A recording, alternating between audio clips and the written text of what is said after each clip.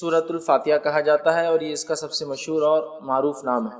تو آج میں آپ تمام کے سامنے مختصر کچھ باتیں سورۃ الفاتحہ کے تعلق سے رکھنے کی انشاءاللہ عزیز کوشش کروں گا۔ تو آئیے سب سے پہلے سورۃ الفاتحہ کے تعلق سے، اس کے نام کے تعلق سے چند باتیں ہم دیکھتے ہیں، جس میں سے یہ سب سے مشہور اور معروف جو سورہ فاتحہ کا نام ہے وہ فاتحہ ہے۔ اسے فاتحہ اس لیے کہا جاتا ہے کہ اس سے قرآن کھلتا ہے، اس سے یہ سورہ شروع ہوتا ہے، یاد رکھیں۔ ویسے سورت کے کئی نام ہیں اور کئی فضائل احادیث کے اندر آتے ہیں، اور خود قرآن نے بھی اس کے تعلق سے بیان کیا، اس کے فضائل کو بیان کیا، یاد رکھیں۔ تو یہ سورت اپنے آپ پہ بڑی اہمیت کی حامل ہے، نہ صرف حدیث میں اس کی فضیلت آتی ہے بلکہ نبی اکرم صلی اللہ علیہ وسلم کی حدیث کے علاوہ قرآن کے اندر بھی اللہ رب العزت نے اپنی اس ایک سورت کی فضیلت کو بیان کیا ہے۔ تو اس کا سب سے مشہور اور معروف نام وہ فاتحہ ہے۔ فاتحہ کا معنی ہوتا ہے کھولنا، اسی سے لفظ افتتاح یا فتح آتا ہے، مطلب لوگوں کو داخلے کا موقع ملا، شروعات ہوئی، یا پھر افتتاح کسی چیز کی اوپننگ کو عام زبان میں کہا جاتا ہے۔ تو چونکہ قرآن اس سے شروع ہوتا ہے اسی لیے اس کو فاتحۃ الکتاب بھی کہتے ہیں، قرآن کو شروع کرنے والی سورت، یا قرآن کو کھولتے ہی سب سے پہلی جس سورت پہ انسان کی نظر پڑتی ہے وہ سورۃ الفاتحہ ہے۔ تو یہ اس کا سب سے مشہور اور معروف نام ہے سورۃ الفاتحہ، اور میں سمجھتا ہوں اس سے بہت ساری چیزیں لوگ فاتحہ کے تعلق سے بہت ساری چیزیں ہم دیکھتے ہیں سماج میں ہوتی ہیں۔ بہرحال انشاءاللہ موقع ملا تو آگے اس کے تعلق سے رکھیں۔ تو سورۃ الفاتحہ کا سب سے مشہور اور معروف نام خود فاتحہ ہے، اس لیے کہ قرآن اس سے شروع ہوتا ہے۔ اسی طرح اس کا دوسرا مشہور اور معروف نام ہے وہ ہے ام الکتاب، کتاب کی ماں، کتاب کی اصل۔ ویسے کہتے کسی چیز کی اصل کو، اسی لیے ماں کو بھی کہا جاتا ہے عربی زبان میں، اس لیے کہ وہ اصل ہوتی ہے، اسی سے آگے کی نسلیں چلتی ہیں، اولادیں ہوتی ہیں۔ تو ام الکتاب مطلب یہ کتاب کی ماں، کتاب کی اصل، قرآن کی ماں، قرآن کی اصل، یہاں کتاب سے مراد قرآن، یاد رکھیں۔ تو اسے قرآن کا اصل کہا گیا، قرآن کی ماں کہا گیا۔ مطلب اس سورت کی اہمیت کتنی زیادہ ہے کہ گویا یہ ایک جڑ جیسا کام کرتی ہے، جیسا کہ ایک جڑ ہوتی ہے اسی سے جھاڑ آتا ہے، ٹھیک ہے۔ تو اس طرح سے یہ ام الکتاب مطلب یہ کتاب کی جڑ کہا جا رہا ہے اس سورت کو۔ اسی طرح سورۃ الفاتحہ کا ایک مشہور اور معروف نام ہے ام القرآن، قرآن کی ماں، قرآن کی جڑ۔ مطلب اندازہ لگائیے یہ سورت کتنی زیادہ اہمیت کی حامل ہے کہ اس کو قرآن کی جڑ کہا گیا، قرآن کی ماں کہا گیا۔ اس سے میں سمجھتا ہوں اس کی ہمیں پتہ چلتی ہے، اور نبی اکرم صلی اللہ علیہ وسلم نے جو جامع ترمذی کی روایت ہے اس میں فرمایا، کہا کہ یہی ام الکتاب ہے سورۃ الفاتحہ، یہی ام القرآن ہے سورۃ الفاتحہ، اور یہ قرآن عظیم ہے سورۃ الفاتحہ۔ تو اس حدیث کے اندر تین نام آ رہے، ایک ام الکتاب اور ایک ام القرآن، کتاب کی ماں، کتاب کی جڑ، اور کتاب بھی یاد رکھیے قرآن کا ایک نام ہے۔ دوسرا کہا جا رہا ہے حدیث کے اندر کہ ام القرآن، قرآن کی ماں، مطلب قرآن ہم سمجھتے ہیں اس کی اہمیت کیا، تو قرآن کی اصل کہا جا رہا ہے سورہ فاتحہ، مطلب قرآن کی جڑ کہا جا رہا ہے، قرآن کی اصل کہا جا رہا ہے سورۃ الفاتحہ کو۔ اور میں سمجھتا ہوں یہی اس کی فضیلت، اس کی اہمیت جاننے کے لیے کافی ہے کہ اس کو قرآن کی اصل کہا جا رہا ہے۔ اسی طرح چوتھا اس کا مشہور و معروف نام ہے وہ ہے قرآن عظیم، قرآن عظیم، یاد رکھیے قرآن عظیم مطلب بڑا قرآن۔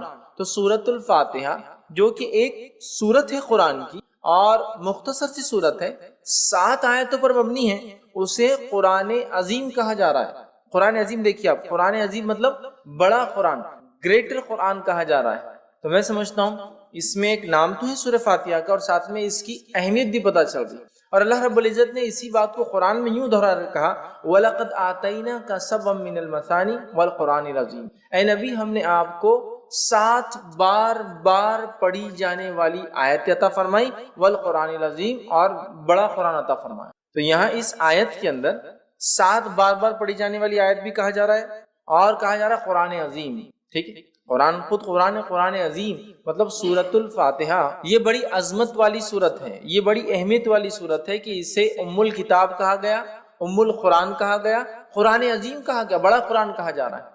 اسی طرح اس کا ایک مشہور اور معروف نام ہے وہ یہ ہے کہ سبع مثانی، سبع مثانی، سبع مثانی کا معنی 7 بار پڑھی جانے والی آیتیں۔ تو سبع مثانی بھی اسے کہا جاتا ہے اس لیے کہ اس کو بار ہم پڑھتے ہیں، ہر نماز میں ہم پڑھتے ہیں، نماز چاہے کسی قسم کی ہو، سورۃ فاتحہ اس کے اندر شامل ہے۔ آپ سفر میں پڑھ رہے ہو، سورۃ فاتحہ شامل ہے، آپ قصر کر رہے ہو، سورۃ فاتحہ شامل ہے، آپ جنگ کے میدان میں صلاۃ الخوف مطلب خوف کی حالت میں پڑھ رہے ہو تو بھی سورۃ فاتحہ شامل ہے، مطلب کوئی بھی نہ ہو، چاہے آپ نفل پڑھ رہے ہو تو بھی سورۃ فاتحہ ہے، چاہے آپ فرض پڑھ رہے ہو تو بھی سورۃ فاتحہ ہے، موقعہ پڑھ رہے ہو تو بھی سورۃ فاتحہ، تہجد پڑھ رہے تو بھی سورۃ فاتحہ، کوئی بھی نماز ہو، ٹھیک، اور بار بار پڑھی جاتی ہے، ریپیٹیٹیو آف ریپیٹیٹنگ جس کو کہیں گے، بار بار پڑھی جانے والی 7 آیتیں، تو 7 مثانی بھی اس سورت کو کہا جاتا ہے سورت الفاتحہ کو یاد رکھیں، 7 مثانی۔ اور اسی بات کو اللہ رب العزت نے قرآن میں بیان کیا، جو کہ سورہ نمبر 15 آیت میں 87 میں اللہ نے بیان کیا، وَلَقَدْ آتَيْنَاكَ سَبْعًا مِنَ الْمَثَانِِ، اے نبی ہم نے آپ کو 7 بار بار پڑھی جانے والی آیتیں دی، والقرآن العظیم، اور آپ کو بڑا قرآن عطا کیا، مطلب سورۃ الفاتحہ دی۔ تو سورہ فاتحہ کی فضیلت نہ صرف حدیث میں آتی ہے بلکہ سورۃ الفاتحہ کی فضیلت قرآن کے اندر بھی موجود ہے کہ اس کو 7 بار بار پڑھی جانے والی آیت کے طور پر بیان کیا گیا ہے۔ تو اس سورت کی یاد رکھی بڑی فضیلت ہے، بڑی اہمیت ہے، اس کے نام خود بتا رہے کہ اس کے کتنے فضائل ہیں، اور نام جو دیے گئے اس کی وجوہات بتا رہی ہے کتنی عظیم یہ سورت ہے۔ تو 7 مثانی، 7 بار بار پڑھی جانے والی آیتیں، مطلب سورۃ الفاتحہ۔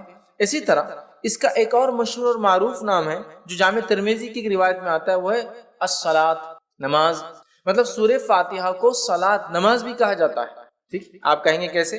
تو آئیے جامع ترمذی کی روایت ہے، نبی اکرم صلی اللہ علیہ وسلم فرمایا، حدیث کے الفاظ دیکھیے اس طرح سے ہے کہ نبی اکرم صلی اللہ علیہ وسلم فرماتے، اللہ فرماتا ہے، مطلب حدیث قدسی ہے کہ میں نے نماز کو اپنے اور اپنے بندے کے بیچ میں آدھا آدھا بانٹ لیا ہے، میں نے نماز کو اپنے اور اپنے بندے کے بیچ میں بانٹ لیا ہے، تقسیم کر دیا ہے، ٹھیک ہے۔ پھر آپ صلی اللہ علیہ وسلم فرمایا، جب اللہ فرماتا ہے کہ جب بندہ کہتا ہے الحمدللہ رب العالمین، تو اللہ کہتا ہے میرے بندے نے میری تعریف کی، مطلب جو بندہ ایک ایک آیت پڑھتا جاتا ہے تو اللہ رب العزت اس کا جواب دیتا جاتا ہے بندے۔ تو یہاں اس حدیث میں جو جامع ترمذی کی روایت ہے، نبی اکرم صلی اللہ علیہ وسلم نے فرمایا کہ سورۃ الفاتحہ کے تعلق سے اس کو صلاۃ کہا گیا، الصلاۃ، مطلب اس کو نماز کہا گیا، یاد رکھیں، سورہ صلاۃ، تو اس کا ایک نام سورہ صلاۃ بھی، نماز، یاد رکھیں۔ اور اسی لیے علماء لکھتے ہیں اس کا نماز میں پڑھنا ضروری بھی ہے، اس لیے کہ اس کو نماز کہا گیا، مطلب اگر کوئی نماز میں اس کو نہ پڑھے تو اس کی نماز نہیں ہوگی، جو آپ صلی اللہ علیہ وسلم حدیث میں بیان کرتی ہے، اسی لیے کہا جا رہا ہے کہ اس کو نماز کہا جا رہا ہے کہ میں نے نماز کو، صلاۃ کو اپنے اور اپنے بندے کے بیچ میں بانٹ لیا ہے۔ جب میرا بندہ کہتا ہے الحمدللہ رب العالمین، تو اللہ رب العزت جواب دیتا ہے کہ میرے بندے نے میری تعریف کی۔ پھر جب بندہ کہتا ہے الرحمن الرحیم، تو اللہ کہتا ہے کہ میرے بندے نے میری جو ہے تعریف بیان کی، ٹھیک ہے۔ تو مطلب ایک کی بعد ایک اللہ تعالیٰ جواب دیتا جاتا ہے، یاد رکھیں۔ میں انشاءاللہ آگے اس کی حدیث کی پوری تفصیلات رکھوں گا آپ کے سامنے۔ تو یہاں اس حدیث میں اس سورت کو صلاۃ کہا گیا، ٹھیک ہے، یہ ایک اس کا مشہور اور معروف نام ہے، اور یہ چھٹا نام تھا جو ہم دیکھ رہے ہیں۔ اسی طرح اس سورت کو سورہ الشفا بھی کہا جاتا ہے، اس لیے کہ اس کو بیماری کے علاج کے لیے یا اسی طرح جادو کے علاج کے اندر اس کو پڑھ کر دم کیا جاتا ہے۔ تو سورہ الشفا مطلب جس سے شفا حاصل کی جا سکتی ہے، یا اس کا ایک اور نام جو کہ ایک 8واں مشہور معروف سورۃ الرقیہ، اسے رقیہ بھی کہا جاتا ہے۔ کیوں رقیہ کہا جاتا ہے؟ اس کے پیچھے ایک طویل واقعہ ہے، اس کا بس مختصر رکھتا ہوں۔ واقعہ یوں ہے کہ صحابہ فرماتے ہیں کہ ایک مرتبہ صحابہ کی ایک جماعت جو کہ 30 لوگوں کے جو ہے قریب صحابہ تھے، وہ ایک گاؤں، ایک بستی میں گئے۔ اس بستی میں جانے کے بعد ہوا یہ کہ انہوں نے کھانے پینے کے لیے کچھ مانگا، بستی والوں نے انکار کر دیا چونکہ مسلمان تھے۔ نتیجتاً یہ ہوا کہ ان لوگوں کو بستی سے باہر رکنا پڑا۔ رات کے وقت لونڈی ایک بھاگتے ہوئے آئی اور کہا ہمارے جو آقا ہے، گروپ کا جو سردار ہے، جو لیڈر ہے، اس کو ایک بچھو نے کاٹ لیا یا سانپ نے کاٹ لیا، کسی موذی چیز نے، زہریلے جانور نے کاٹ لیا، کیا آپ میں سے کوئی ہے جو جھاڑ پھونک کرے؟ ایک صحابی کہتے ہیں میں جانتا ہوں۔ سارے لوگ تعجب کرنے لگے، یہ کیا جانتا ہے؟ مطلب ان کو امید نہیں تھی۔ وہ گئے اور جا کر سورہ فاتحہ پڑھ کے دم کر دی اور اس کو شفا ہو گئی۔ اس نے کچھ بکریاں، روایت میں آتا 30 بکریاں، چونکہ 30 صحابہ تھے، اور اس کے ساتھ ساتھ کچھ دودھ بھیج دیا، کافی دودھ بھیجا کہ یہ لوگ پیے کریں۔ تو لوگوں نے کہا ٹھیک ہے، بکریوں کا معاملہ ابھی ہم طے نہیں کرتے، جب مدینہ جائیں گے تو نبی اکرم صلی اللہ علیہ وسلم سے حالات بیان کریں گے، کیا ہوا، کیسے ہوا، پھر دیکھا جائے گا اس کا مسئلہ۔ نبی اکرم صلی اللہ علیہ وسلم سے جب بات بیان کی، آپ نے ان صحابی کو بلایا، کہا ادھر آؤ۔ وہ صحابی آئے تو کہا تمہیں کیسے پتا سورہ فاتحہ رقیہ ہے؟ ٹھیک، تمہیں کیسے پتا سورہ فاتحہ رقیہ؟ اور یہ صحابی سے جب دوسرے صحابہ نے تبھی پوچھا تھا جب وہ پڑھ کر آئے تھے، تو پوچھا کیا پڑھا؟ تو کہا سورہ فاتحہ پڑھا میں نے۔ تو کہا تمہیں کیا پتا ہے؟ مجھے نہیں پتا، بولے اس کا علاج کر، میں نے سورہ فاتحہ پڑھا، اس کو فائدہ ہو گیا۔ تو یہاں نبی اکرم صلی اللہ علیہ وسلم دیکھیں حدیث کے اندر الفاظ ہے کہ کہا تمہیں کیسے پتا چلا کہ یہ سورت رقیہ ہے، پڑھ ریمیڈی ہے، دم کی جانے والی چیز؟ تو اوپر آ رہا کیور ہے، شفا ہے، رقیہ ہے، ریمیڈی ہے، دم کرنے والی چیز ہے۔ تو سورت الفاتحہ کی فضیلت بھی بہرحال آ رہی ہے اور اس کا نام بھی بہرحال اس کا ایک پتہ چل رہا ہے۔ تو سورہ جس کو کہیں گے شفا یا شافیہ، یا اسی طرح جو ہے سورہ رقیہ، مطلب وہ سورت جس کو پڑھ کر دم کیا جاتا ہے۔ اسی طرح اس کا ایک مشہور اور معروف نام ہے الحمد، سورت الفاتحہ کا ایک معروف نام ہے الحمد، ٹھیک، چونکہ عموماً ہم دیکھتے ہیں بہت ساری صورتوں کو ہم ان کے اصل نام سے نہیں پہچانتے ہیں بلکہ ان کی ابتدا سے پہچانتے ہیں۔ سورہ تبارک الذی ہے نا, سورہ تبارک الذی, مطلب ہم اس کو اصل نام سے وہ نہیں کرتے, سورہ ملک, سورہ تبارک الذی, ٹھیک ہے. سورہ قل, مطلب عمومی اعتبار سے قل بولے تو قل واللہ احد ہوتا. تو اس طرح سے ہم جو ہے نام دیتے ہیں, لیکن اس کا نام اگر دیکھا جائے تو الحمد بھی ایک مشہور نام ہے, جیسا کہ الم ترا, سورہ فیل, لیکن الم ترا سے مشہور ہے, ویسا سورہ الحمد ہے نا, الحمد یہ بھی اس کا ایک نام ہے. اسی طرح جو ہے کچھ علماء لکھتے ہیں اس کا ایک نام کنز بھی ہے, کنز مطلب خزانہ, اور کنز اس خزانے کو کہتے ہیں جو دبا ہوا اور چھپا ہوا ہوتا ہے, مطلب اوپن نہیں ہوتا ہے, کلیئر سامنے نہیں ہوتا ہے, تو کنز بھی کہا جاتا ہے. کچھ لکھتے ہیں اس کو سورہ کافیہ بھی کہا جاتا ہے, مطلب یہ ساری صورتوں پر کفایت کر جاتی ہے, لیکن اس پر کوئی صورت کفایت نہیں کرتی. مطلب اگر یہ ہو تو ساری صورتوں پہ کفایت کر جاتی, کافی ہو جاتی ہے, لیکن اگر یہ نہ ہو تو ساری صورتیں کافی نہیں آ سکتی. تو بہرحال اس کے کئی نام مشہور اور معروف ہے, جس میں سے 7 8 9 تو بڑے معروف نام ہیں, اور 2 نام میں نے اور بھی رکھے آپ کے سامنے. تو بہرحال ان کے نام خود بتا رہے ہیں ان کی فضیلت کیا ہے, اس لیے کہ ہر نام کے پیچھے کچھ واقعہ ہے. جیسا سرخیہ, تو ارے اسے ایک فضیلت پر چلے, اس کو دم کیا جا سکتا ہے, یہ ایک فضیلت ہے, ٹھیک. اور اس کے اندر 7 آیتیں ہیں, یاد رکھیں. سورۃ الفاتحہ کے اندر 7 آیتیں ہیں, یاد رکھیں. 7 اس کے اندر ٹوٹل آیتیں ہیں سورۃ الفاتحہ کے اندر, ٹھیک ہے. اور بسم اللہ سے یہ سورت جو ہے شروع ہوتی ہے, یاد رکھیں, ٹھیک ہے. اب اس میں اختلاف ہے کہ بسم اللہ کسی سورت کا حصہ ہوتا ہے یا نہیں ہوتا, یاد رکھیں, ٹھیک ہے. بسم اللہ کسی سورت کا حصہ ہوتا ہے یا نہیں ہوتا ہے, اس میں اختلاف ہے, سوا اس کے کہ جو ایک بار جو ہے جو سلیمان علیہ السلام کا واقعہ آتا ہے, جس میں سلیمان علیہ السلام نے جب خط لکھا تو تب لکھا انہ من سلیمان انہ بسم اللہ الرحمن الرحیم, کہ سلیمان کی طرف سے, اور سلیمان علیہ السلام نے شروع کیا خط اللہ کے نام سے جو بڑا مہربان نہایت رحم کرنے والا ہے. اس کو چھوڑ کر یہ تو آیت کا حصہ, اس کو چھوڑ کر یاد رکھیے بسم اللہ کے تعلق سے اختلاف ہے کہ آیت ہے یا نہیں ہے. اور بسم اللہ یہ ایک واحد ایسی آیت ہے یا ایسا حصہ ہے قرآن کا جس کو نہ ماننے پر کوئی انسان کافر نہیں ہوتا. سورہ کی ابتدا میں, بیچ میں نہیں. جب بیچ میں آ جائیں گا تو پھر تو ماننا لازم ہوا, جو ایک ہی جگہ آتا ہے, ٹھیک ہے. بسم اللہ الرحمن الرحیم 114 مرتبہ قرآن میں آتا ہے, 113 مرتبہ سوروں کے اوپر لگتا ہے اور ایک سورت کے اوپر نہیں لگتا ہے, ٹھیک ہے. اب بسم اللہ کو کیوں آیت مانا نہیں جاتا, کیوں مانا جاتا ہے, اس پہ ایک لمبی بحث ہے. بس میں مختصر ہی سمجھا دوں کہ اس میں خود صحابہ میں اور صحابہ کے بعد علماء کے اندر یہ اختلاف باقی رہا, تابعین تبع تابعین میں, کہ اکثر کا یہ ماننا تھا کہ بسم اللہ الرحمن الرحیم صرف سوروں کے ڈیفرنسیشن کے لیے لگایا جاتا ہے, فرق کرنے کے لیے کہ دوسرا سورہ چالو ہو رہا ہے, بس اس وجہ سے اس میں اختلاف ہے کہ آیت ہے یا فرق کرنے کے لیے لگایا جاتا ہے. اور سورہ انفال اور سورہ توبہ کو بہت سارے صحابہ ایک ہی سورت مانتے تھے, جس کی وجہ سے سورہ توبہ کے اوپر بسم اللہ نہیں آتا, کیونکہ پورا واقعہ جنگ سے متعلق ہے, مال غنیمت سے متعلق ہے, جنگ میں کیا کرنا ہے, یہ ساری چیزیں تفصیلات ڈسکس ہو رہی ہے. سمجھ رہے ہیں؟ تو لہٰذا سورہ انفال اور سورہ توبہ کی تھیم ایک ہی ہے, تو بہت سارے صحابہ اس کو ایک ہی صورت مانتے تھے. سورہ انفال سے شروع کر کے سورہ توبہ کے آخر تک ایک ہی صورت مانتے تھے, اس وجہ سے بیچ میں بسم اللہ نہیں لگاتے تھے, سمجھا. تو باقی پہ ان کا کہنا تھا کہ یہ فرق کرنے کے لیے لگایا جاتا ہے. لیکن ایسی کچھ روایتیں ملتی, جیسے کہ حدیث کے اندر آتا ہے, نبی اکرم صلی اللہ علیہ وسلم نے فرمایا, صحیح مسلم کی روایت آپ نے فرمایا, مجھ پر ابھی ایک سورت نازل ہوئی. صحابہ بیٹھے تھے, صحابہ نے کہا کون سی سورت, تو آپ صلی اللہ علیہ وسلم نے فرمایا بسم اللہ الرحمن الرحیم, اور آپ نے اس کے بعد سورت کو تلاوت کی, انا اعطینا کل کوثر, یہ سورۃ الکوثر تلاوت. تو یہاں پڑھا بسم اللہ الرحمن الرحیم انا اعطینا کل کوثر, سمجھ رہے ہیں. تو یہاں بسم اللہ آپ نے لگا دیا. تو کچھ علماء لکھتے ہیں بسم اللہ حصہ ہے اور ہر سورت سے پہلے پڑھنا چاہیے, کچھ نے کہا نہیں ہے. لیکن سورہ فاتحہ کے اندر جمہور کا یہ قول ہے, جمہور علماء کا یہ قول ہے کہ یہ جو ہے اس کا حصہ ہے سورہ فاتحہ کے اندر, کیونکہ اگر بسم اللہ کو نہ پڑھا جائے تو پھر 6 آیتیں بچتی ہیں, سمجھے.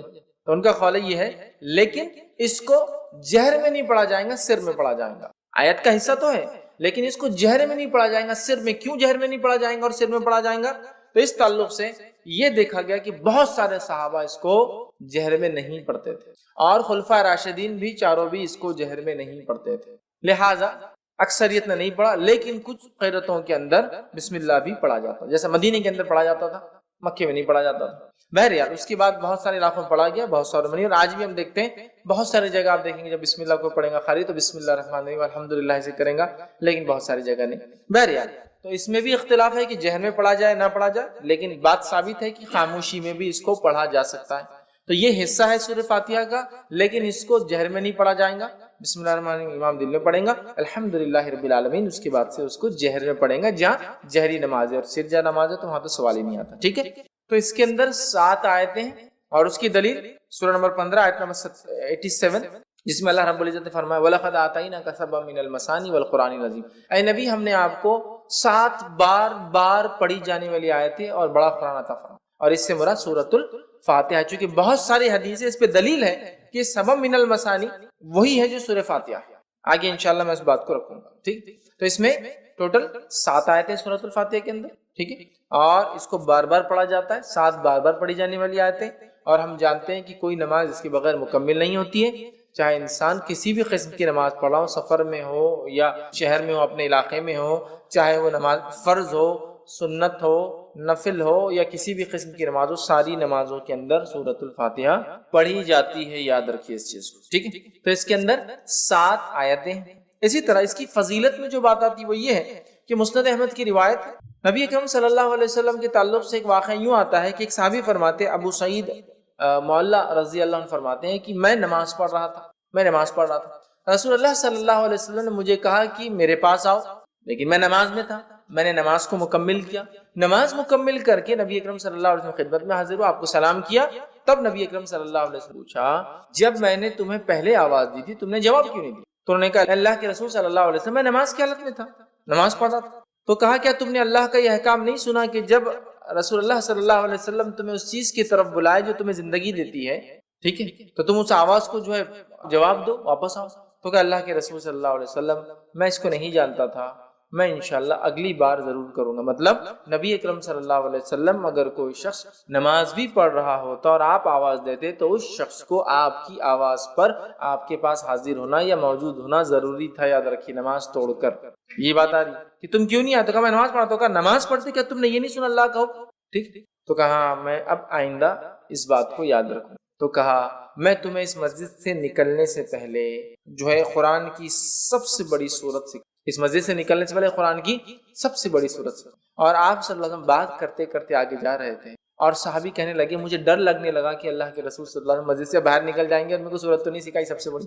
تو فوراً جب مسجد کے دروازے پر آئے کہ اب نکل جائیں گے، مطلب اس کے اینڈ پر آئے، تو کہا اللہ کے رسول صلی اللہ، آپ نے کہا مجھے آپ قرآن کی سب سے بڑی سورت سکھائیں گے۔ کہا آپ نے بتائیں؟ تب نبی اکرم صلی اللہ علیہ وسلم نے کہا الحمدللہ رب العالمین، یہ قرآن کی سب سے بڑی سورت ہے، الحمدللہ رب العالمین یہ قرآن کی سب سے بڑی سورت ہے، ٹھیک ہے۔ اور پھر کہا یہی جو ہے 7 مثانی ہے، 7 بار پڑھی جانے والی آیت، یہی ام القرآن ہے اور یہی قرآن عظیم، یہ 7 بار پڑھی جانے والی آیتیں، یہی بڑا قرآن ہے اور یہی قرآن کی اصل ہے، جڑ ہے، ماں ہے۔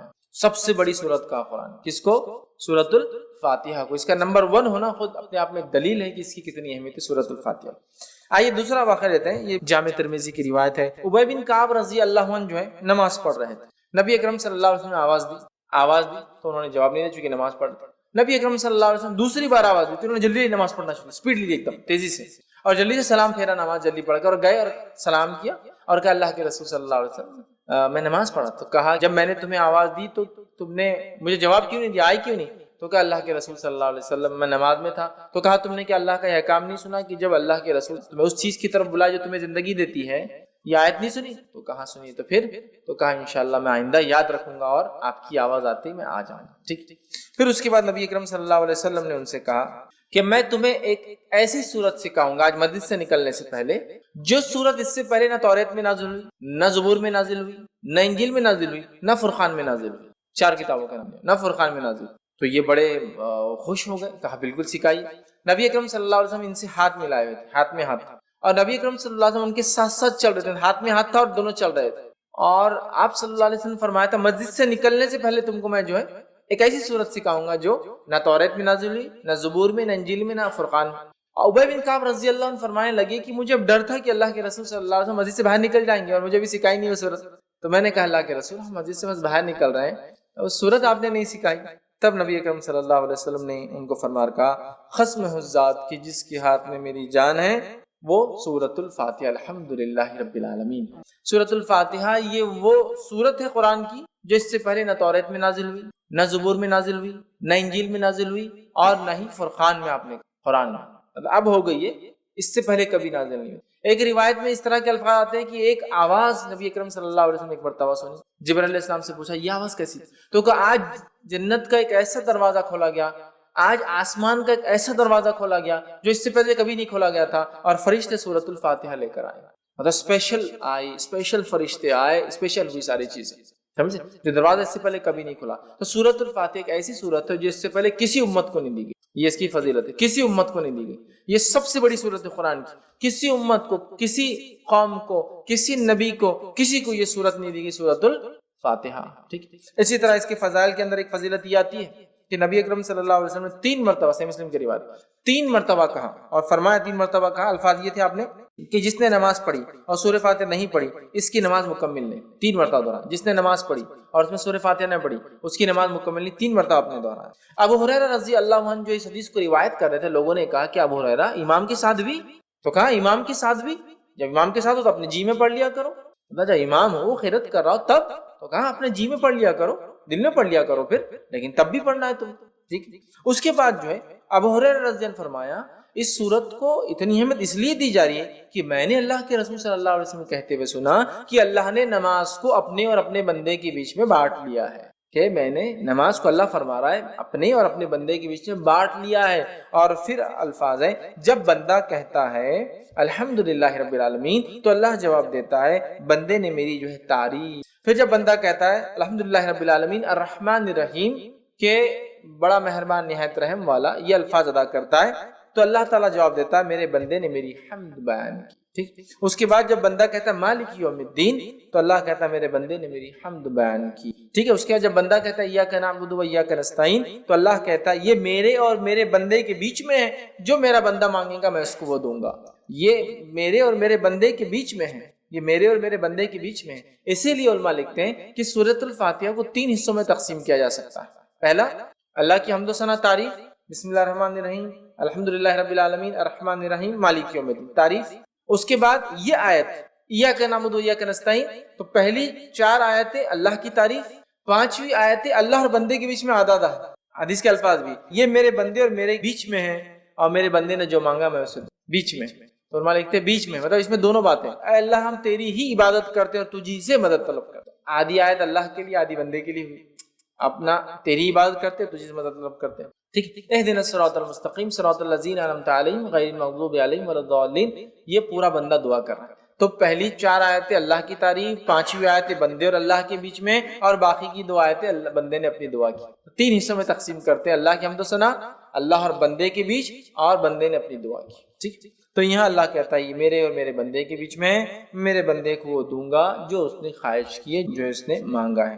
پھر جب بندہ کہتا ہے اہدنا الصراط المستقیم صراط الذین انعمت علیہم غیر المغضوب علیہم ولا الضالین، تو اللہ کہتا ہے یہ میرے اور میرے بندے کے بیچ میں، میرے بندے کو میں وہ دوں گا جو اس نے مجھ سے مانگا ہے. مطلب جو دعا ہم نے کی، اللہ ہم تجھی سے مدد طلب کرتے ہیں، اہدنا الصراط المستقیم ہمیں سیدھا راستہ دکھا، صراط الذین انعمت علیہم ان لوگوں کا راستہ دکھا جس پہ تیرا انعام ہوا، غیر المغضوب ان لوگوں کے راستے پہ مت چلا جن پر تیرا غضب ہوا، ولا الضالین اور ان کے راستے پہ نہ چلا جو اپنی راہ سے بھٹک گئے.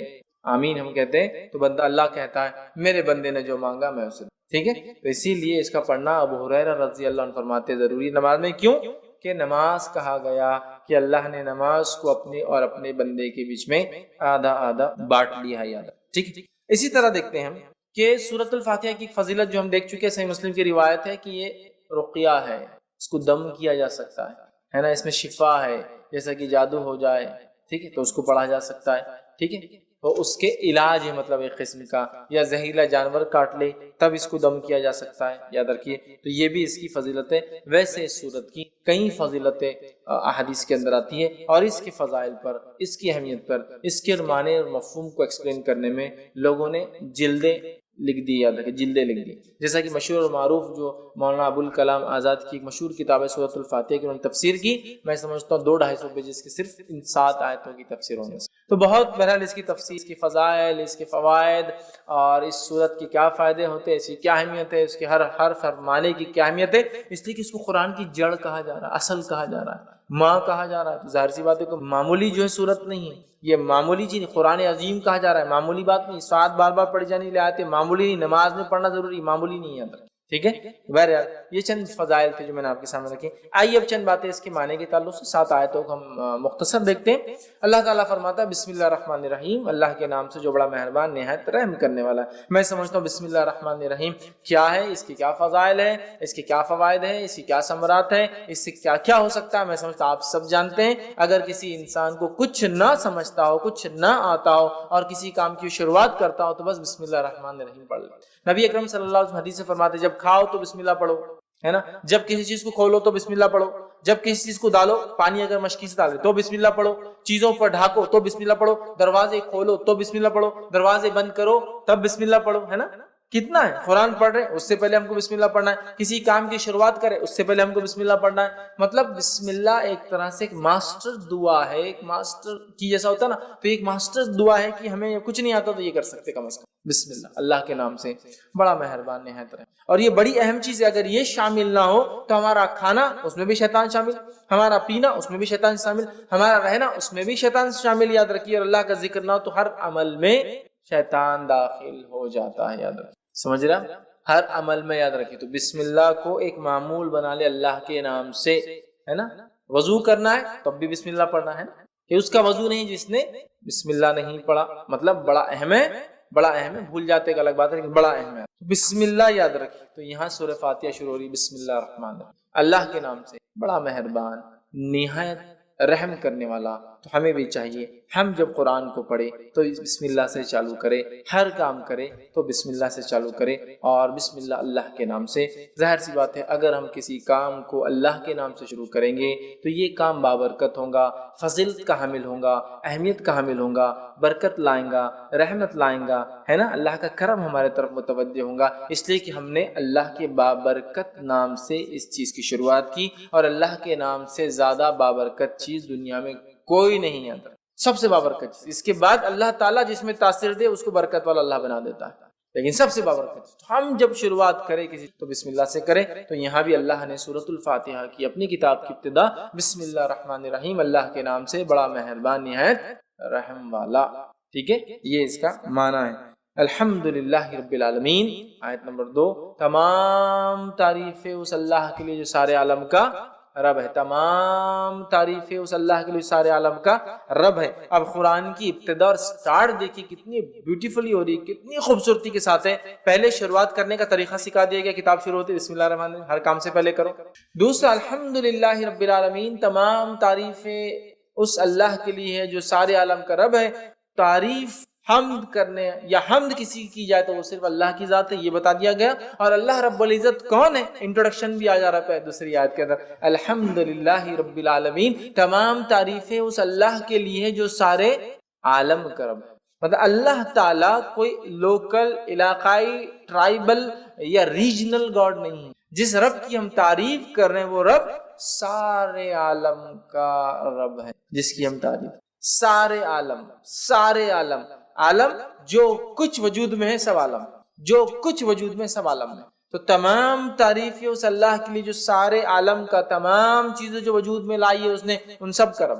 سمجھ رہا، الحمدللہ، تمام تعریف. اور الحمدللہ کا معنی شکر کے اس میں نہیں لینا چاہیے.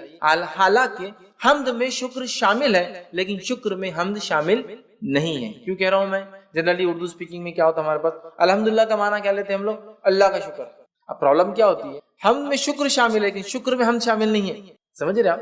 جیسا کہ اگر میں کہہ رہا ہوں شکریہ بھائی صاحب آپ نے میرا کام کیا، لیکن ضروری ہے میں اس کی تعریف کروں، میں پسند بھی نہیں کرتا ہوں اس کو، نہیں شکریہ تو ادا کرتا ہوں. حمد میں شکر شامل ہے، شکر میں ہم شامل نہیں ہے. اگر ہم اردو زبان کے اعتبار سے اس کا معنی اللہ کا شکر ہے، جیسا کہ لوگ کھانا کھاتے ڈکار آئی تو الحمدللہ پڑھتے ہیں، اس کے علاوہ بہت کم پڑھتے ہیں. حالانکہ الحمدللہ کے تعلق سے اس کی فضیلت ہے، لا الہ الا اللہ افضل الذکر، الحمدللہ افضل الدعاء، حدیث کے الفاظ، افضل الدعاء، سب سے افضل دعا الحمدللہ، سب سے افضل دعا الحمدللہ. تو بہرحال اس کا معنی تمام تعریف ہے، تمام شکر اللہ کے لیے نہیں ہے، تمام تعریف. چونکہ شکر کے اندر حمد شامل نہیں ہوتی، حمد میں شکر شامل ہے، تو ہم اس کو تمام تعریفیں لے، اللہ کا شکر یہ معنی مت لے، ورنہ اللہ کا شکر معنی میں لیں گے تو پھر صرف اچھائی پہ بولنا پڑے گا. اگر کوئی خیر ہم کو نظر نہ آیا تو ہم اس پہ الحمدللہ کیوں بولیں گے، الحمدللہ کیوں بولیں گے؟ جیسا کہ کوئی پیدا ہو گیا کسی گھر میں، بچہ پیدا ہوا تو کیا بولتے ہیں لوگ، الحمدللہ اللہ نے مجھے اولاد عطا کی. لیکن اگر کسی گھر میں کوئی مر گیا اور آپ نے کہا الحمدللہ تو آپ گئے، کیوں کہ معنی کیا اس میں لیا جا رہا ہے، تمام شکر، ہے نا، شکر.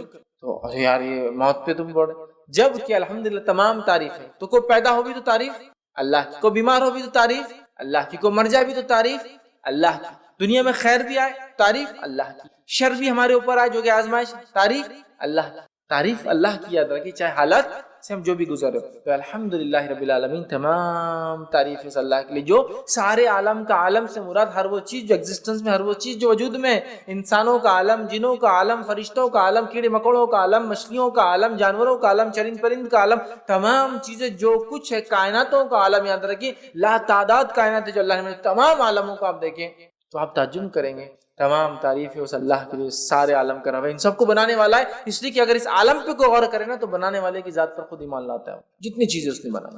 اور رب کہتے ہیں عربی زبان میں، رب کہتے ہیں اس ذات کو کہ جب جتنا ضرورت ہو اتنا دینے والا، اس کو کہتے ہیں رب.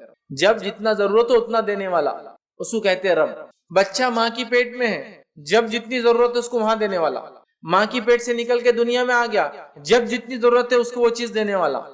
جو اس کی چیزیں ضرورت کی وہ چیزیں فراہم کر دے رہا ہے. سمجھ رہے آپ؟ تو یہ ہوتا ہے رب، جو جب جتنا جیسے ضرورت ہو اتنا دینے والا. سمجھ رہے؟ نہ زیادہ نہ کم، جتنی آپ کو ضرورت ہے. تو الحمدللہ رب العالمین، تمام تعریف اس اللہ کے لیے ہے جو سارے عالم کا رب ہے. یاد رکھیے. اور عالم میں کیا کہوں، اگر ایک انسان رب کا انکار کرتا ہے، اگر عالم پہ بھی غور کرے تو رب پر ایمان لائے گا کہ نہیں بنانے والا ہے، اور اس نے ہر چیز کو اتنا دیا جتنی اس کو ضرورت تھی. یہ بڑی بات. تو قرآن کی ابتدا ایک یونیورسل میسج کے ساتھ ہو رہی ہے کہ یہ کتاب اس رب کی طرف سے آئی جو سارے عالم کا رب ہے. یہ کوئی local God, regional God, tribal God کی بات نہیں ہو رہی. یہ ایک ایسے ڈیٹی کی، ایک ایسے پالن کرتا رچیتا کی بات ہو رہی ہے. یہ ایسے خالق کی بات ہو رہی، بنانے والے کی، جو سارے عالم کا بنانے والا. سمجھ؟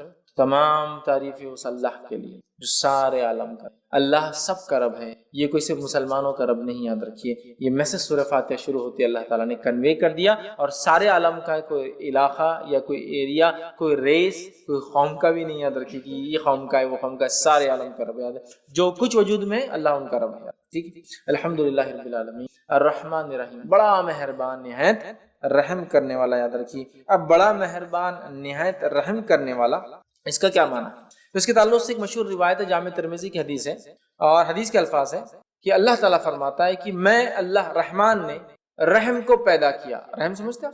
یوٹرس، بچے دانی، ماں کے پیٹ میں جو حصہ ہوتا ہے، جو ایک بچے کے لیے سب سے محفوظ جگہ ہوتی ہے. یاد رکھیں سب سے محفوظ جگہ رحم. اللہ فرماتا میں نے رحم کو پیدا کیا اور اسی سے اپنا نام رحمان رکھا. رحم سے نام رحمان رکھا. جو اس کے رشتوں کو باقی رکھیں گا تو میں بھی اپنا تعلق اس سے باقی رکھوں، اور جو اس رحم کے رشتوں کو توڑ دیں گا تو میں بھی اس سے اپنا تعلق توڑ لوں. ایک روایت میں کہ اللہ نے رحم کو پیدا کیا اور اس کو عرش کے نیچے رکھ دیا. تو رحم نے اللہ سے دعائی دی، اللہ سے فریاد کی، مانگا، اے اللہ اے اللہ. تو نے بولا کیا بات ہے، کیا ہونا؟ تو کہا میرے سلسلے میں کیا معاملہ ہے، میرے سلسلے میں کیا معاملہ ہے جو میرے سے باقی رکھے، مطلب پیدا رشتوں کو باقی رکھے، اور جو توڑے کیا معاملہ ہے؟ تو اللہ نے کہا جو تیرے رشتوں کو باقی رکھیں گا میں بھی اس سے رشتہ باقی، جو توڑ دیں گا میں بھی اس سے رشتہ. تو رحم خوش ہو گیا، سیٹسفائیڈ ہو گیا کہ میرا حق ادا ہو گیا. تو اللہ نے رحم پیدا کی. صلہ رحمی، اسی سے صلہ جوڑنا، رحمی رحم کے رشتوں کو جوڑنا، تعلقات کو جوڑنا، رشتہ داریوں کو باقی رکھنا. ٹھیک ہے. دینی بنیاد پر رشتے توڑے جا سکتے ہیں، لیکن انسان بنا کوئی شرع عذر کے رشتے نہ توڑے جیسے آج کل ہوتا ہے. بہرحال تو اللہ نے رحم پیدا کیا، رحم سے نام لیا رحمان. اور علماء لکھتے ہیں رحمان اور رحیم ایک ہی اس کی اصل ہے، ایک ہی اصل ہے. رحیم، رحم اس کی اصل ہے. یہ دونوں لفظ اسی سے آتے ہیں. رحمان اللہ کا رحم گریٹر ڈگری میں، رحیم اللہ کا رحم کرنا جس کو کہیں گے کنڈیشنل ڈگری میں. کیسے؟ اللہ بارش برساتا ہے. جب بارش برستی ہے ایک علاقے میں تو مسلم اور غیر مسلم، ایمان والا اور کافر، ماننے والا نہ ماننے والا، شکر کرنے والا نہ شکرے، سب پر برستی، سب فائدہ اٹھاتے. رحمان انکنڈیشنل رحم. اور رحیم کنڈیشنل رحم. اللہ تعالیٰ روز قیامت صرف مومنوں پہ رحم کریں گا، کافروں پہ نہیں کریں گا. سمجھ رہا؟ تو رحمان گریٹر ڈگری میں رحم، کوئی اس کے لمٹ نہیں ہے. انسان کتنا ہی کفر کرے اللہ سے اللہ معاف کرتے رہتا ہے. رحیم آخرت میں صرف اللہ تعالیٰ مومنوں پہ رحیم ہے، کافروں پر رحم نہیں کرنے والا. یہ معنی ہے اس کا. الرحمن رحیم، بڑا مہربان نہایت رحم والا. اور رحمان اللہ کا یہ ایک ذاتی نام بھی یاد رکھیں. اور اللہ تعالیٰ نے اللہ کے بعد سمجھ لیجیے اللہ کے بعد جس نام کو خود کے لیے لیا ہے وہ رحمان ہی یاد رکھیں، ہے نا. الرحمن علم القرآن. خلید اللہ عبید الرحمن، چاہے اسے اللہ کو چاہے رحمان کو، یہاں کا رحمان رحمان نہیں، تو اللہ کے علاوہ کوئی نام اگر اللہ نے اپنے لیے استعمال کیا قرآن میں تو رحمان، تو بڑا اہم نام ہے، جس کو کہیں گے اگر اللہ کے نام یہ نگینے ہیں ایک تاج کے تو اللہ سب سے بڑا ہے، تو رحمان اس کے بعد والا ہے، سمجھ رہا؟ تو رحمان اس کے ذاتی نام بھی ہے، رحیم صفتی نام بھی ہے، رحمان بہت رحم کرنے والا اور بڑا مہربان، سب کے لیے نہایت رحم کرنے والا، مومنوں کے آخرت میں۔ تو اسی لیے کچھ علماء لکھتے ہیں رحمان دنیا کے اعتبار سے، رحیم آخرت کے اعتبار سے مومنوں کے لیے صرف۔ اللہ تعالیٰ کافر اور مشرک پہ رحم نہیں کرنے والا، اللہ تعالیٰ منافقوں پر، فاسق اور فاجروں پر رحم نہیں کرنے والا۔ یہ الگ بات ہے کہ جو کافر کفر اور شرک پہ مرے وہ تو ہمیشہ جہنم میں جلیں گے، کوئی رحم نہیں ہوگا، باقی لوگ جو فاسق فاجر تھے اپنے گناہوں کی سزا بھگت کر آ جائیں گے، تو رحم صرف ان پر جو ایمان کے تقاضوں کو پورا کر کے گیا تھا، سمجھ رہا؟ اور رحمان سب پر، تو اسی لیے علماء لکھتے ہیں رحمان دنیا کے اعتبار سے، رحیم آخرت کے اعتبار سے۔ اور اللہ رب العزت نے اس بات کو یوں بھی قرآن نے فرمایا، سورہ نمبر 33 آیت میں 43 کے اندر کہا وَكَانَ بِالْمُؤْمِنِينَ رَحِيمًا، اور اللہ تو مومنوں کے لیے رحم کرنے والا ہے، مومنوں کے لیے رحم کرنے والا ہے، دوسروں کے لیے، لیکن رحمان ساری انسانیت کے لیے، اس بات کو ہم یاد رکھیں، ٹھیک؟ تو رحمان رحیم، مالک روز جزا کا، بدلے کے دن کا مالک، قیامت کے دن کا مالک، ٹھیک؟ قیامت کے دن کا مالک۔ اب کیا اللہ کے علاوہ کیا کوئی اور مالک ہے؟ تو اللہ یہ کیوں کہہ رہا ہے قیامت کے روز کا مالک؟ تو دنیا کا مالک ہے، آخرت کا مالک ہے، لیکن دنیا میں کہیں نہ کہیں کسی نہ کسی بنیاد پر ہم چھوٹے ہی ایک دم جس کو بنی اللہ کے مقابلے میں تو یہ دعویٰ کچھ بھی مان، لیکن کہیں نہ کہیں دعوے دار ہوتے، یہ میرا ہے، وہ میرا ہے، میں یہاں کا بادشاہ ہوں، وہ وہاں کے مالک ہے نا، یہ فلاں کے مالک ہے، کچھ نہ کچھ ملکیت ہوتی ہے نا ہماری، لیکن آخرت میں کچھ بھی نہیں ہوگا، ہم ٹیسٹ سے گزر چکے، جو کچھ دیا گیا آخرت میں صرف اور صرف ہر چیز اللہ تعالیٰ کی۔ تو مالک یوم الدین روز جزا کا، اس کا ایک قرأت یہ ملک یوم الدین بادشاہ روز جزا کا، مالک روز جزا کا، دونوں کا معنی ہے، دونوں کا معنی ہے، بادشاہ مالک بھی ہوتا ہے، سمجھ رہا؟ اور مالک اللہ کی صفت بھی یاد رکھیں، الملک، تو بادشاہ روز جزا کا، تو مالک یوم الدین روز جزا کا مالک، روز جزا کا مطلب قیامت کے دن کا مالک، ٹھیک؟ اور مالک یہ معنی کو اگر ہم سمجھ گئے نا، مالک کی ملکیت کیا ہوتی ہے، جیسے کہ ایک آدمی شرک کرتا ہے تو وہ کیا کر رہا ہے ایکچولی؟ مالک اللہ رب العزت کی ملکیت میں کسی کو ایڈ کر رہا ہے لا کر، جبکہ اللہ اکیلا مالک ہے۔ بنانے والے نے اگر کوئی چیز بنائی تو کیا وہ پسند کرے گا اس کے گھر کے اندر کوئی اور آ کے اس کی باؤنڈری کے اندر کچھ بنائے؟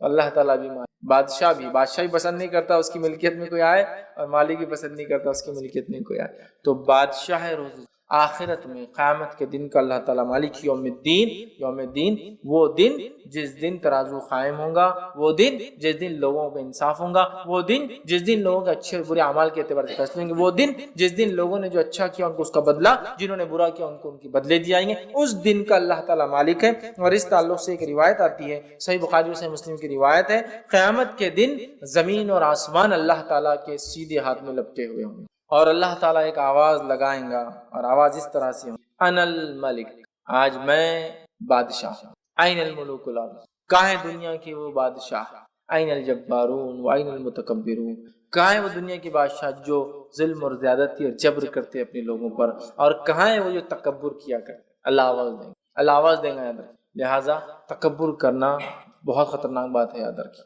خاص طور سے جب آدمی کو اللہ مال دولت یا پوزیشن یا سلطنت یا ملکیت دے، اس لیے کہ اللہ آواز دیں گا، کہاں ہے دنیا کی بادشاہ، آج میں بادشاہ ہوں، آج کوئی دوسرا بادشاہ نہیں، کسی کی بادشاہت نہیں چلیں گے، آج میں بادشاہ ہوں۔ کہاں ہے دنیا کی بادشاہ، اللہ ان کو، کہاں ہے جو جبر و زیادتی کرتے، کہاں ہے وہ لوگ جو تکبر کرتے؟ تو اللہ تعالیٰ یاد رکھیے بدلے کے دن کا مالک ہے۔ اور اللہ رب العزت نے سورہ غافر سورہ نمبر 40 آیت نمبر 16 میں فرمایا، لمن الملک اليوم للہ الواحد، آج کس کے لیے ملکیت ہے؟ صرف اس ایک اللہ کے لیے جو واحد ہے اور قہار ہے، سمجھ رہے ہیں؟ تو آج قیامت کے روز کسی کی ملکیت نہیں ہوں گی، یاد رکھیں، اور زمین و آسمان اللہ کے سیدھے ہاتھ میں ہوں گے، یاد رکھیں، اور اللہ تعالیٰ کہیں گا کہاں ہے دنیا، آج میں بادشاہ، سمجھ رہے ہیں بات کو؟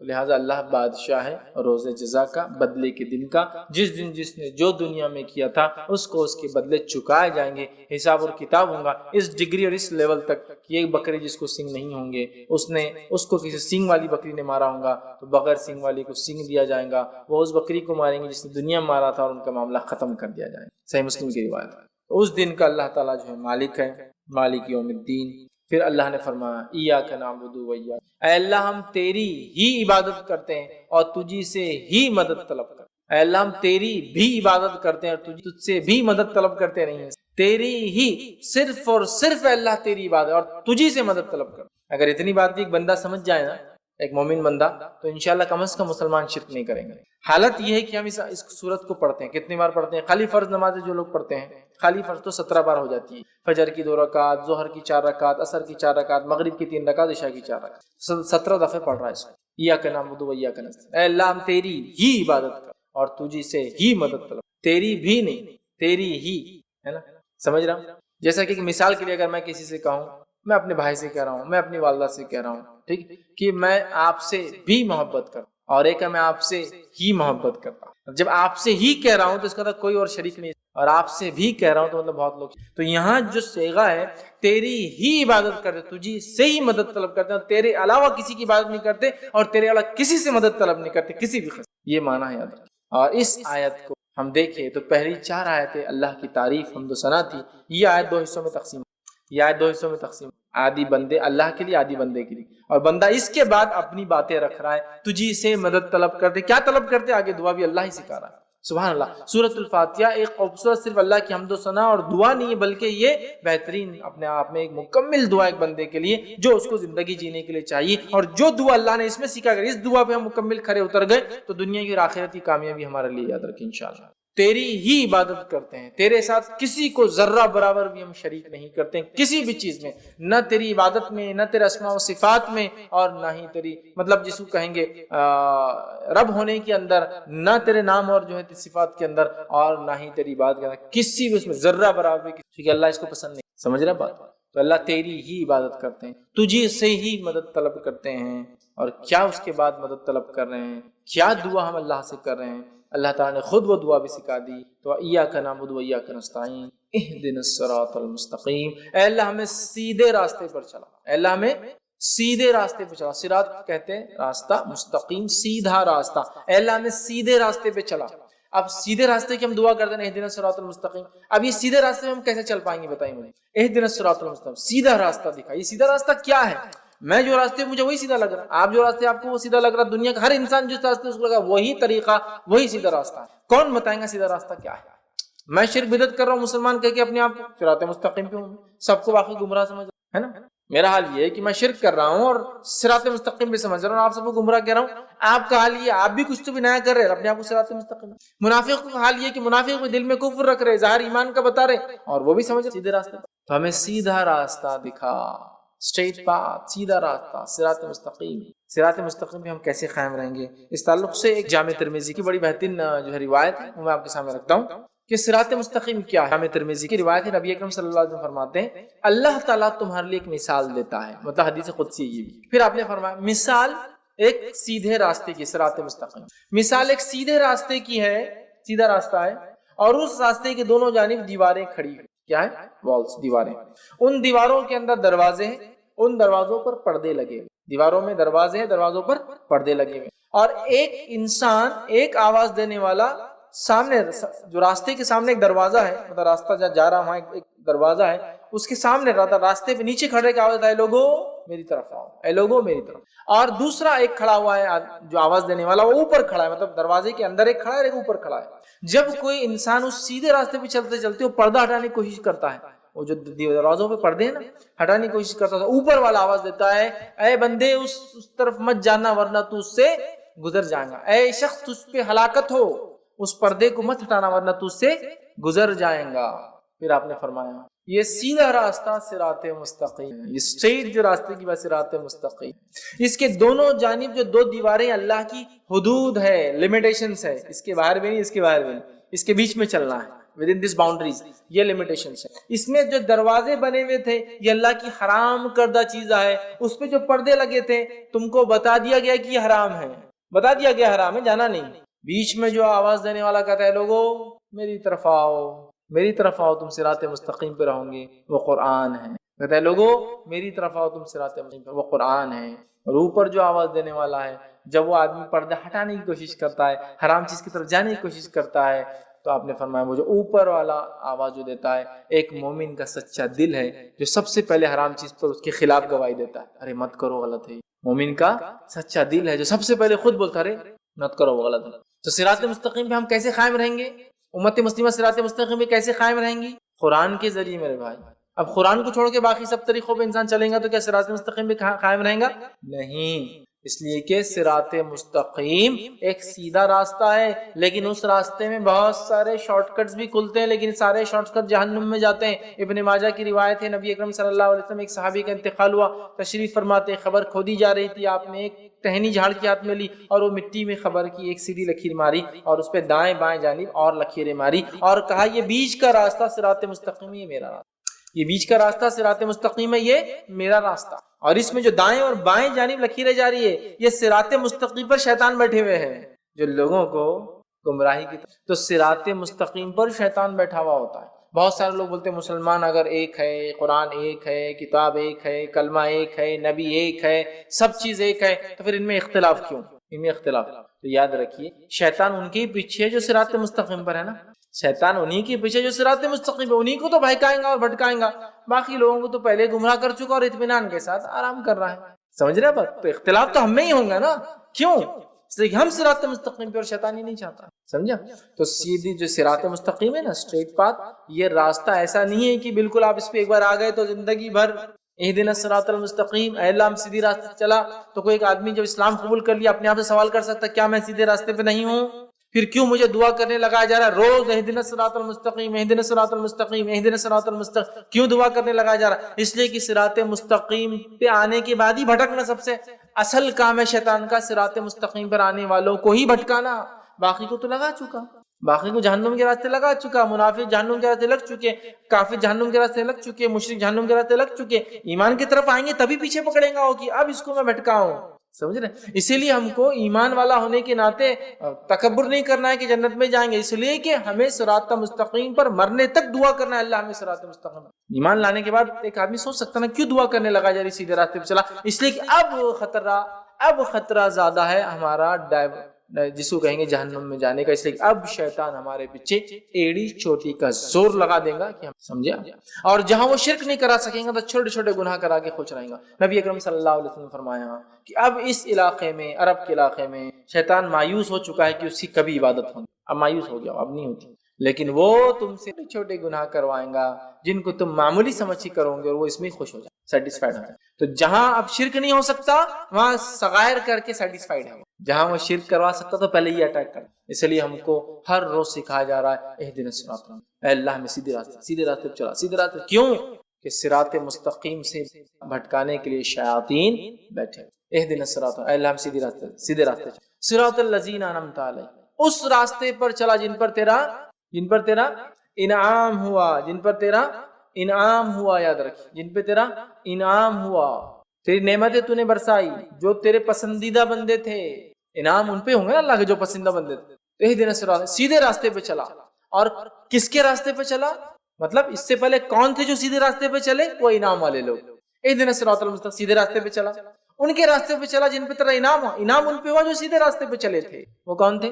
من النبیین، وہ انبیاء تھے، والصدیقین، اور سچے لوگ، والشہداء، اور شہید تھے، والصالحین، اور نیکوکار تھے، وحسن اولئک رفیقا، جو قرآن کی ایک آیت کا ہی حصہ یاد ہے نا. ایک لمبا واقعہ اس کے پیچھے بہرحال، لیکن انعام والے لوگ کون ہیں یہ آیت کے اندر بتا دیا گیا. وَمَن يُطِعِ اللَّهَ وَرَسُولَهُ فَأُولَٰئِكَ مَعَ الَّذِينَ أَنْعَمَ اللَّهُ مِنَ النَّبِيِّينَ وَالصِّدِّيقِينَ وَالشُّهَدَاءِ وَالصَّالِحِينَ وَحَسُنَ أُولَٰئِكَ رَفِيقًا، کہ جو اللہ اس کے رسول کی اطاعت کریں گا تو وہ ہوں گا روز قیامت ان کے ساتھ، من النبیین، انبیاء کے ساتھ، والصدیقین، سچوں کے ساتھ، والشہداء، شہیدوں کے ساتھ، والصالحین، اور نیکوکاروں کے ساتھ، وحسن اولئک رفیقا، اور کیا ہی بہترین ساتھی. سمجھے آپ؟ انعام کس پر ہو؟ 4 لوگوں پر، انبیاء کے طریقے پہ ہم کو چلنا ہے، اور بالخصوص نبی اکرم صلی اللہ علیہ وسلم کے طریقے، چونکہ آخری نبی جو ہمیں دیے گئے. والصدیقین، اور سچوں کے طریقے پہ، جس طرح سے ابوبکر الصدیق سچے انسان تھے، سارے دنیا نے جھٹلایا، آپ نے اقرار کیا. سارے لوگ عرب کے ہنس رہے تھے کہ محمد کہہ رہے ہیں. جو مشہور واقعہ ہے کہ آپ کو لقب صدیق کیوں ملا، وہ یہ تھا کہ سارے لوگ ہنس رہے تھے کہ محمد صلی اللہ علیہ وسلم رات کے حصے میں کل گئے اور جا کر مسجد اقصیٰ سے پھر آسمانوں کا سفر کر کے آئے. دیکھو محمد، نعوذ باللہ، محمد صلی اللہ علیہ وسلم تمہارا ساتھی، کسی نے ابوبکر صدیق سے کہا تمہارا ساتھی جو ہے نعوذ باللہ پاگل ہو چکا ہے کہ وہ یہ کہہ رہا ہے کہ رات کے حصے میں مسجد اقصیٰ جو کہ 1 مہینے کا سفر، اس کے بعد آسمانوں کا سفر کر کے آیا ہے. ابوبکر صدیق رضی اللہ عنہ نے کہا کیا محمد صلی اللہ علیہ وسلم یہ بات کہہ رہے؟ تو کہا پھر میں اس کو مانتا ہوں، وہ جا کر آئے. صدیق، سچا، مطلب تصدیق کرنے والا، سچ کو ماننے والا. صدیقین جیسا ابوبکر صدیق اور دیگر سچے لوگ، والشہداء اور شہید، جس طرح سے عمر ابن خطاب رضی اللہ عنہ، جس طرح سے عثمان ابن عفان رضی اللہ عنہ، جس طرح سے علی بن ابی طالب رضی اللہ عنہ، جس طرح سے حمزہ بن عبد المطلب رضی اللہ عنہ، اور جس طرح سے ایک لمبی فہرست ہے شہداء کی، اور وہ صالحین، اور جو نیک لوگ ہیں، اللہ کے نیک بندے ہیں، یہ وہ 4 لوگ ہیں کیٹیگریز جن پہ اللہ کا انعام ہوا۔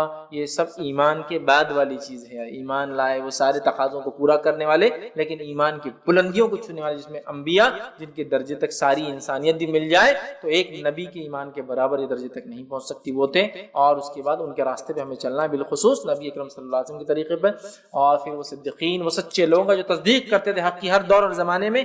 آج بھی اس زمانے سے ہم گزر رہے ہیں جس زمانے میں اسلام کا انکار کرنا، حق کا انکار کرنا معمولی بات سمجھی جا رہی ہے۔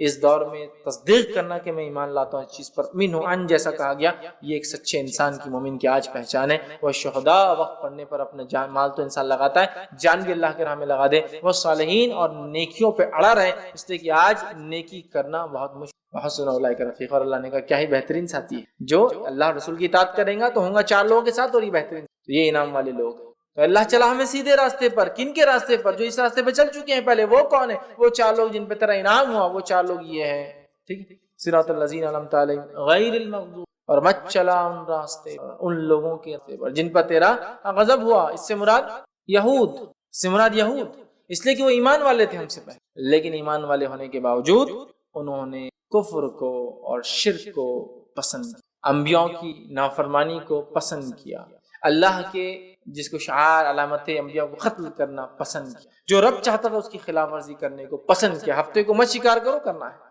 پسند، سمجھ رہے آپ؟ نافرمانیوں کو پسند کیا، اطاعت کو چھوڑ دیا۔ یہود، ان پر اللہ کا غضب ہوا، اور یہود کی خصوصیت رہی جو ان سے کہا گیا وہ پیچھے رہے، اور اللہ رب العزت ان سے وعدہ کر چکا قیامت تک یہودیوں کو اللہ تعالیٰ آزماتا رہے زبردست عذاب سے۔ ہر صدی میں ان پہ عذاب آتا ہے، المالک ہر دور میں ان پر ایک صدی میں عذاب آتا ہے، زبردست اللہ عذاب لاتا ہے، چونکہ ان کی سرکشیاں اتنی زیادہ ہیں۔ تو کہا غیر المغضوب، چلا انعام والی راہ پر، مت چلا ان لوگوں کے طریقے پر جن پر تیرا غضب ہوا، یہاں مراد یہود ہے، ولا الضالین، اور ان کے طریقے پہ مت چلا جو تیرے راہ سے بھٹک گئے، یہاں مراد نصارہ، اس لیے کہ ایک یہودیوں کو دیے گئے انبیاء انہوں نے قتل کیا انبیاء کو بے حرمتی، اور ایک دیے گئے نبی نصارہ کو انہوں نے خدا بنا دیا، مطلب دونوں ہی الگ الگ ڈائریکشن میں بھاگ، ایک حد سے پیچھے رہ گیا تو ایک حد سے آگے بھاگ گیا، جو ان کی رائٹس تھے، جو ان کا حق تھا، وہ چھوڑ کر ایک نے اتنا دیا کہ بولے یہ تو اللہ ہی ہے نبی کو، اور ایک نے کیا کیا، نبیوں کو قتل کیا جا رہا ہے دھڑلے سے، یہ نبی نے برابر فتویٰ نہیں قتل کر دو، ایک بات اپنے دل سے خلاف قتل کرا دو، مار دو، سمجھ رہا بات؟ تو بہرحال یہود نے انبیاء کو قتل کیا، معمولی سمجھا، اور نصارہ نے جو نبی ان کو دیے گئے عیسیٰ علیہ السلام خدا بنا دیا لے جا کر، گاڈ یا ون وتھ گاڈ، جو بھی بولی، خدا یا خدا کے ساتھ ایک بنا دیا۔ ہم نے دونوں سے پناہ مانگی کہ مغضوب والے راستے پہ بھی نہیں چلنا ہے اور ضالین والے، تو ہم کو ایک طرح سے اللہ رب العزت نے ایک گائیڈ لائنز دے دیا، سب سے منیمم دعا بتا دی کیا ہے کہ ہمیں کیا کرنا ہے، سیدھے راستے پر چلنا ہے، انعام والوں کے طریقے پہ چلنا ہے، اور 2 لوگوں کے طریقے سے بچنا ہے۔ اگر اتنا ہم سمجھنے، اس لیے میں نے کہا دنیا اور آخرت کی کامیابی اس دعا کے اندر شامل ہے کہ ہم نے سمجھ لیا کہ ہمیں کیا کرنا ہے، سیدھے راستے پہ چلنا ہے، قرآن جو بتاتا ہے ہمیں ان لوگوں کے راستے پہ چلنا جن پر انعام ہو، انبیاء کے طریقے، بالخصوص محمد صلی اللہ علیہ وسلم کے طریقے پہ، اور اس کا صدیقین، شہداء، صالحین کے طریقے پہ چلنا ہے۔ یہ کر لیے تو دنیا کی کامیابی، آخرت کی کامیابی ہو گئی، اور 2 لوگوں کے راستے سے بچنا ہے، مطلب انہوں نے جو شر یا سرکشی یا برائی یا جو کام کیا وہ ہم کو نہیں کرنا ہے، بس اگر یہ نہیں کہ تو ہم خود بخود ان کے راستے پہ ہو جاتے ہیں۔ مطلب ایمان لانے کے بعد صراط مستقیم پہ اگر ہم ہیں اور اس کے بعد انعام والے لوگوں کے طریقے پہ چل رہے ہیں تو 2 چیزوں سے بچنا ہے ہم کو۔ وہ کیا ہے؟ جس طرح سے یہود نے کام کیا جن پہ اللہ کا غضب ہوا، اور ضالین نے کیا، اگر یہ کر لیتے ہیں انشاءاللہ عزیز تو ہم ان دونوں سے بچ گئے، اور یہ لوگوں کے طریقے پہ چل گئے تو دنیا بھی کامیاب، آخرت بھی۔ ابھی انعام والوں کی راہ کیا ہے اور کیسی ہے، یہ صراط مستقیم کیا ہے؟ قرآن اب شروع ہو رہا ہے اس کے بعد، ہے نا، سورہ فاتحہ کے بعد الف لام میم ذالک الکتاب شروع ہو رہا ہے کہ یہ ہے وہ صراط مستقیم جو حدیث کے اندر جامع ترمذی کی آگئی قرآن جو بلاتا ہے لوگوں میری طرف آؤ، صراط مستقیم، یہ صراط مستقیم میں قائم رہنے کا ایک ہی ذریعہ قرآن، دوسرا کوئی ذریعہ نہیں، کوئی کتاب نہیں، کوئی چیز، قرآن، اے لوگوں میری طرف آؤ، اے لوگوں میری طرف، اور وہ صراط مستقیم ہے، وہی سیدھا راستہ۔ تو ہمیں قرآن کو تھامنا ہے۔ اگر اہدنا الصراط المستقیم ہم دعا کرتے ہیں تو صراط الذین انعمت علیہم، انعام والوں کی راہ، کیا انعام والوں کی راہ، کیا کیا انہوں نے؟ قرآن اٹھا لیجیے، سورہ بقرہ چالو ہو گیا، موسیٰ علیہ السلام کا واقعہ چالو ہو گیا، کیا کیا حرکتیں کی موسیٰ علیہ السلام کے ساتھ لوگوں نے. ہمیں وہ حرکتیں اپنے انبیاء اپنے نبی کے ساتھ اور خاص طور سے محمد صلی اللہ علیہ وسلم کے ساتھ نہیں کرنا چاہیے، چونکہ ہم آخری امت ہے، لہٰذا دوسرے نبی کا تذکرہ اب ہمارے لیے وہ لائق اتباع نہیں ہے. محمد صلی اللہ علیہ وسلم طریقے پہ چلنا ہے، ہم نے کوئی بھی کام اس کے خلاف نہیں کرنا جس طرح سے وہ لوگوں نے اپنے انبیاء کو تھا. ہمیں وہ کوئی حرکت، وہ کوئی کام، وہ کوئی خصلت، وہ کوئی کیریکٹر اپنے اندر نہیں پیدا کرنا ہے جو یہود کے اندر تھا، جس کے اللہ کا غضب ہوا ان پر. کوئی بھی چیز نہیں کرنا جو انہوں نے کیا، کسی بھی شکل میں انہوں نے کیا، ہمیں نہیں کرنا ہے. سمجھ رہے ہیں؟ ہمیں کچھ نہیں کرنا ہے، ورنہ پھر کیا ہوگا؟ نتیجہ وہی ہوگا. ہمیں جو ہے ہر وہ چیز کی خلاف ورزی کرنا ہے جو انہوں نے کیا، اس لیے کہ انہوں نے اپنی کتاب کی ہر وہ چیز کی خلاف ورزی کی جو ان کو کرنے کو کہا گیا تھا. معلوم ہے انہیں کہا جا رہا ہفتے دن مت کرو شکار، تو کر رہے ہیں. ہمیں ان کی مخالفت کرنا. نبی اکرم صلی اللہ علیہ وسلم ساری زندگی یہودیوں کی مخالفت، حتیٰ کہ جب آپ مدینہ پہنچے، مدینہ پہنچنے کے بعد پوچھا کہ یہودی روزہ رکھتے ہیں 10 محرم کو، کیوں؟ تو کہا عید کا دن ہے، موسیٰ علیہ السلام کو اللہ نے آزادی دی تھی، فرعون کو غرق کیا تھا، بنی اسرائیل کے لیے خوشی کا دن ہے، انڈیپینڈنس ڈے تھا ان کا، خوشی کا دن. تو نبی اکرم صلی اللہ علیہ وسلم نے کہا موسیٰ علیہ السلام پر ہمارا حق زیادہ ہے ان لوگوں سے، ہم بھی روزہ رکھیں. آپ نے اعلان کیا، یہود خوش ہو گئے کہ محمد صلی اللہ علیہ وسلم بھی روزہ رکھ رہے. مطلب مشرکین مکہ پر اور دیگر لوگوں پر، عربوں پر ایک دھاک جمیں گی کہ محمد وہ کر رہے ہیں جو ہم لوگ کرتے ہیں پہلے سے. نبی اکرم صلی اللہ علیہ وسلم نے اعلان کیا اگر اگلے سال زندہ رہا تو میں ایک نہیں 2 روزے رکھوں گا. یہود نے کہا یہ آدمی کوئی ایک چیز تو جس میں ہماری مخالفت چھوڑے، کوئی ایک چیز تو. اب روزہ تھا، اس میں بھی انہوں نے 2 رکھا. نبی اکرم صلی اللہ علیہ وسلم کوئی چیز میں ان کی جو ہے پیروی نہیں کی، ہر چیز میں مخالفت کی. آپ نے کہا یہود و نصارہ اپنے بالوں کو نہیں رکھتے ہیں، مطلب داڑھیوں کو، سر کے بال جب سفید ہوتے ہیں تو وہ مہندی نہیں لگاتے ہیں، تو مخالفت کرو ان کی، تم مہندی لگاؤ. مطلب دیکھنے دکھانے میں بھی ان کی شواہد اختیار نہیں کریں گے، وہاں بھی مخالفت. سمجھ رہے ہیں؟ اتنی مخالفت سکھائی. نبی اکرم صلی اللہ علیہ وسلم نے ایک بار صحابہ سے کہا تم مجھے عیسیٰ علیہ السلام کی طرح جو ہے مت چڑھا دینا، غلو مت کرنا میری ذات میں. میں اللہ کا بندہ اور اس کا نبی، بس یہ میری حیثیت ہے. میں اللہ کا بندہ اور نبی ہوں. عیسیٰ علیہ السلام کے جیسا مجھے اوپر مت چڑھا دینا، اتنا اوپر مت لے جانا، مطلب ایسا کچھ مت کرنا میرے ساتھ جو انہوں نے کیا، کہ اتنا عزت، اتنا احترام، اتنا غلو کیا کہ جو ہے حد سے آگے لے کے چلے گئے عیسیٰ علیہ السلام. تو ہم دعا کریں اللہ ان 2 کے طریقے میں چلانا، اور اللہ کے دعائیں تو ہم دعا کریں اللہ ہم سیدھی راستہ. صراط الذین انعمت علیہم، انعام والے. صراط مستقیم کیا؟ آپ قرآن پڑھنا ہے تو بتائیں گا قرآن کیا ہے صراط. اس کو نہیں پڑھتے لوگ بول رہے صراط مستقیم. دوسرا انعام والوں کا طریقہ اور راستہ کیا ہے؟ یہ قرآن پڑھنا پڑے گا، وہ بتائیں گا انعام والوں کے واقعات، قصے. قرآن کیا ہے؟ انبیاء کے واقعات، نیک لوگوں کے واقعات، ایمان لانے والوں سے اللہ نے کیا سلوک کیا اور کیا بدلہ دیا، اور کافروں سے اللہ نے کیا. یہی تو سارا بھرا پڑا ہے واقعات کے، ہے نا. تو یہ جاننا انعام والوں کی راہ کیا ہے. مغضوب غضب والے کون تھے، کیا حرکتیں کی، قرآن پڑھنا ہے تو پتہ چلیں گے. یہود نے کیا کیا، ضالین کیا کیا جو گمراہ ہوئے، پڑھنا پڑے گا قرآن، پتہ چل جائے گا انشاءاللہ، تو ہم بچ سکیں گے. تو یہ کام کر لیا تو دنیا کی کامیابی بھی انشاءاللہ ہماری ہے، اور آخرت میں بھی انشاءاللہ ضرور کامیاب ہوں گے. تو یہ بہت مختصر سا ترجمہ میں نے سورۃ الفاتحہ کا آپ کے سامنے رکھا. بسم اللہ الرحمن الرحیم.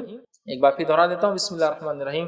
جو ہے اللہ کے نام سے جو بڑا مہربان ہے، رحم والا. الحمدللہ رب العالمین، تمام تعریف اس اللہ کے لیے سارے عالم کا رب ہے. الرحمن الرحیم، بڑا مہربان نہایت رحم والا. مالک یوم الدین، روز جزا کا مالک، روز جزا کا جو ہے اللہ تعالیٰ مالک، قیامت کے دن کا اللہ تعالیٰ مالک ہے. مالک یوم الدین. ایاک نعبد و ایاک نستعین، اے اللہ ہم تیری ہی عبادت کرتے ہیں، تجھی سے مدد طلب کرتے ہیں، ہر قسم کی عبادت صرف تیرے لیے کرتے ہیں، اور ہر چھوٹی چھوٹی چیزیں سے مانگتے ہیں. اہدنا الصراط المستقیم، چلا ہم کو سیدھے راستے پر، چلا ہم کو حق کے راستے پر. اہدنا الصراط المستقیم صراط الذین انعمت علیہم، ان لوگوں کی طریقے پر جن پر تیرا انعام، فضل اور کرم ہوا. غیر المغضوب علیہم، ان لوگوں کے طریقے پر مت چلانا جن پر تیرا غضب ہوا. ولا الضالین، اور جو تیری راہ سے بھٹک گئے. اور اس کے بعد ہم دیکھتے ہیں آمین جو ہے صحابہ وغیرہ کہا کرتے تھے.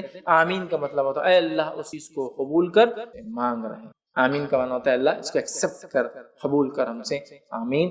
تو بہرحال یہ چند باتیں تھی، یہ جو پیغام تھا سورۃ الفاتحہ کا، اور یہ مختصر تھا اس کی فضائل اور ترجمہ تھا، تاکہ جس سورت کو ہم ہر نماز میں پڑھتے ہیں، اس کے بغیر کوئی نماز نہیں. حدیث میں اللہ صلاۃ لمن لم یقرأ بفاتحۃ الکتاب، بخاری کی روایت، اس کی نماز میں سورہ فاتحہ نہ پڑھی.